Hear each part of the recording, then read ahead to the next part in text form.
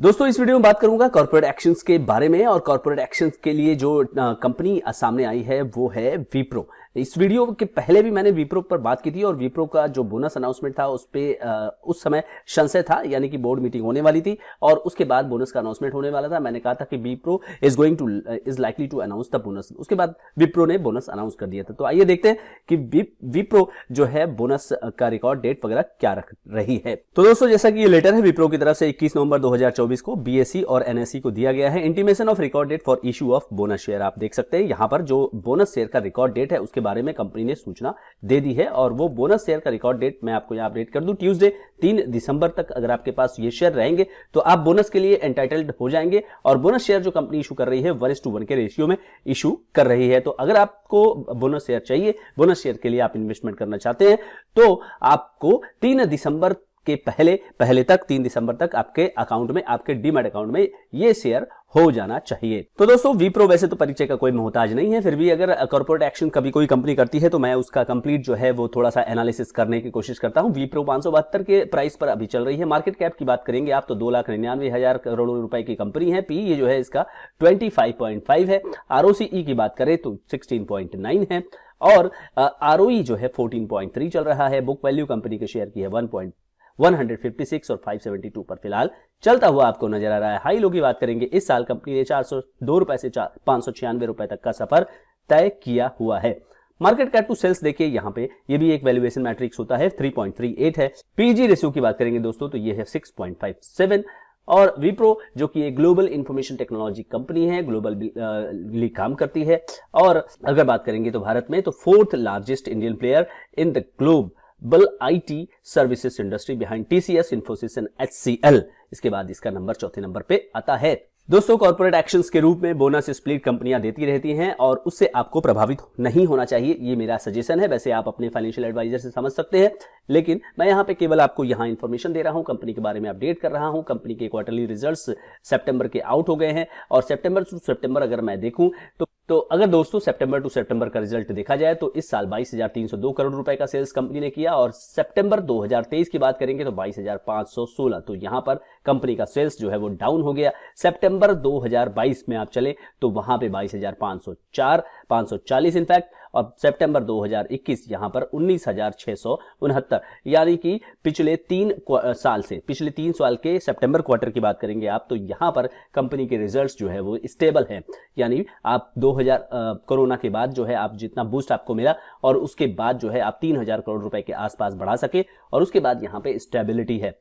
बात कीजिए profit, operating profit की तो ये है 4,503 करोड़ रुपए का।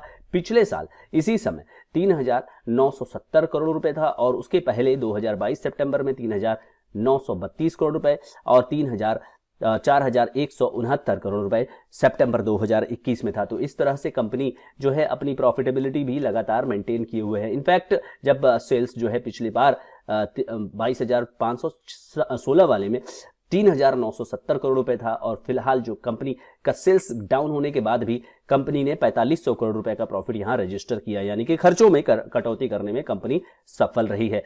अगर आप यहां पर मार्जिन की बात करेंगे दोस्तों तो 20% का लास्ट 3 क्वार्टर का जो मार्जिन आप देखेंगे तो 20% के ऊपर आसपास रखने में सफल रही है कंपनी। अब दोस्तों मैं यहां पर नेट प्रॉफिट की तरफ आपका ध्यान लेकर जाना चाहता हूं। तो नेट प्रॉफिट की अगर बात करेंगे तो 3,227 करोड़ रुपए और पिछले साल की बात करेंगे दोस्तों तो पिछले साल इसी समय जो है वो 2,667 करोड़ रुपए था और उसके पहले सितंबर 2022 में 2,649 करोड़ रुपए और सितंबर 2021 में 2,931 करोड़। तो ईयर ऑन ईयर जो क्वार्टरली रिजल्ट्स में अगर आप बात करेंगे तो यहां पर प्रॉफिट में आपको बढ़ोतरी नजर आ रही है। लेकिन 2 साल पहले की अगर बात आप करेंगे तो 2600 करोड़ रुपए के आसपास सीमित था।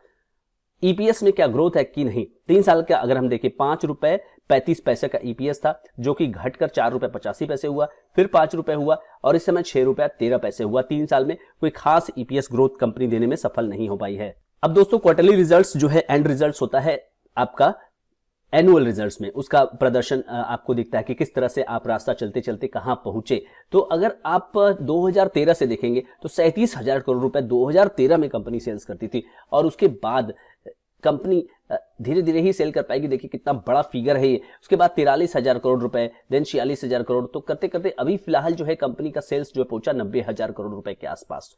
तो इट्स अ मतलब कि इतनी बड़ी कंपनी है तो भाई इतना तेज गति से तो वो हो नहीं पाएगा। अब एक कंपनी है जिसका सेल्स मान लीजिए 3,000 करोड़ रुपए है तो वो डबल होगा 6,000 करोड़ रुपए। यहाँ ऑलरेडी जो है 40,000 करोड़ रुपए के आसपास बैठे हुए, तो धीरे धीरे करते करते अभी फिलहाल जो है 90,000 करोड़ रुपए के आसपास विप्रो पहुंच गया है।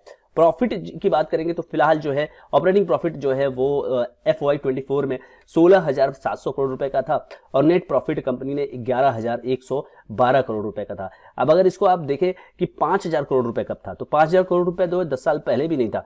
इनफैक्ट अगर आप देखें तो 10 साल पहले यानी 2013 में 6,182 करोड़ रुपए था। उसको अभी कंपनी डबल करने में सफल नहीं हो पाई है। उसी तरह से अगर आप देखेंगे यहाँ पे ऑपरेटिंग प्रॉफिट तो 7,657 करोड़ रुपए, अगर इसको आप डबल करें तो करीब करीब ये 15,000 करोड़ रुपए होगा। तो 15,000 करोड़ रुपए कंपनी कब पहुंची है अगर आप देखें तो यहाँ पे पहुंची 2022 में। तो 9 साल लगे कंपनी को ऑपरेटिंग प्रॉफिट को डबल करने में। तो कंपनी जब बड़ी होती है तो ये एक समस्या हो जाती है कि उसके फिगर्स को डबल करना, मल्टीप्लाई करना, CAGR रिटर्न उस हिसाब से लेना काफी मुश्किल हो जाता है, क्योंकि कंपनी के जो बिजनेस हो जाते हैं वो काफी स्टेबल हो जाते हैं और ग्रोथ के चांसेस कम हो जाते हैं फिर उसके बाद।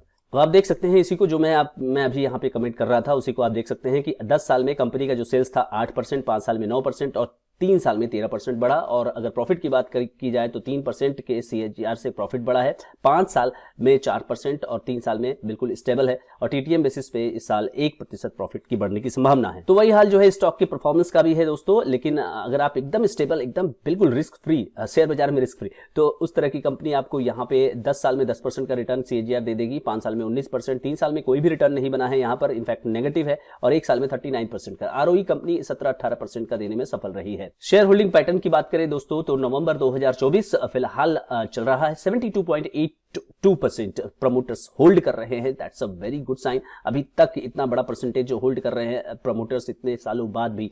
7.54% यहाँ FII के पास है, 8.56% यहाँ पे DIA के पास है, 11% प्रमोटर्स पब्लिक के पास है स्टेक और 0.11 अदर्स के पास है। टोटल यहाँ पे 22,38,000 लोग यहाँ स्टेक होल्ड कर रहे हैं इस कंपनी में।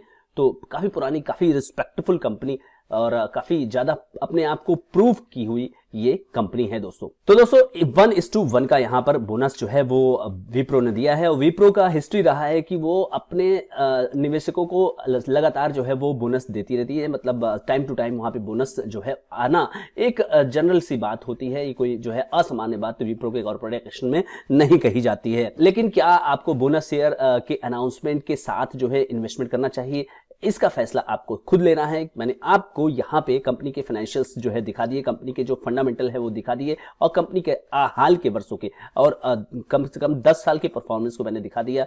आपको खुद फैसला लेना है कि क्या बोनस शेयर ही उसका एक एंड रिजल्ट होता है। पर्सनली अगर मेरा ओपिनियन अपने लिए, मैं अपने लिए, किसी और के लिए नहीं, कोई भी बाय और कोई भी सेल का ये रिकमेंडेशन नहीं है। मैं फिर से स्पष्ट कर दूं ये डिस्क्लेमर कि कोई बाय, कोई सेल, कोई होल्ड ये वीडियो नहीं बताता है। ये वीडियो केवल आपको एजुकेशन पर्पस ही बताता है और कोई भी एंटरटेनमेंट पर्पस भी आप लेना चाहे तो वो भी ले लीजिए। और अगर आपको कोई एक्शन लेना है विप्रो में तो उसके लिए मैं जिम्मेदार यहाँ पे नहीं होऊंगा दोस्तों। आपको अपना एक्शन खुद अपने फाइनेंशियल एडवाइजर से या तो समझ करके लेना है। तो यहाँ पर विप्रो के परफॉर्मेंस को अगर देखा जाए, विप्रो के सेल्स की बात की जाए, विप्रो के प्रॉफिटेबिलिटी की बात की जाए तो वो एक स्टेबल कंपनी है और स्टेबल कंपनी ही रहने की संभावना ज़्यादा समझ में आती है। लेकिन अगर आपको शेयर बाजार में अच्छा एक CAGR चुनना है तो उस तरह के क्राइटेरिया में, उस तरह के पैरामीटर में दोस्तों ये कंपनी जो है वो फिट नहीं बैठती है। और कॉर्पोरेट एक्शन के रूप में बोनस शेयर वगैरह ये सब तो part and parcel of life है किसी कंपनी का, तो उससे हमें प्रभावित नहीं होना चाहिए। हमें बार बार जैसा कि मैं कहता हूं कि हमें कंपनी के बिजनेस मॉडल को बिल्कुल समझना चाहिए और उसके बाद ही कोई फैसला दोस्तों लेना चाहिए। दोस्तों इस वीडियो में इतना ही। अगर आप चैनल पर नए हैं तो बिल्कुल सब्सक्राइब करिए, वीडियो को लाइक करिए और शेयर जरूर करिए ताकि लोगों को कोई भी क्लियरिटी हो शेयर बाजार से रिलेटेड वो यहाँ पर आके उनको पता चलती रहे। थैंक यू दोस्तों।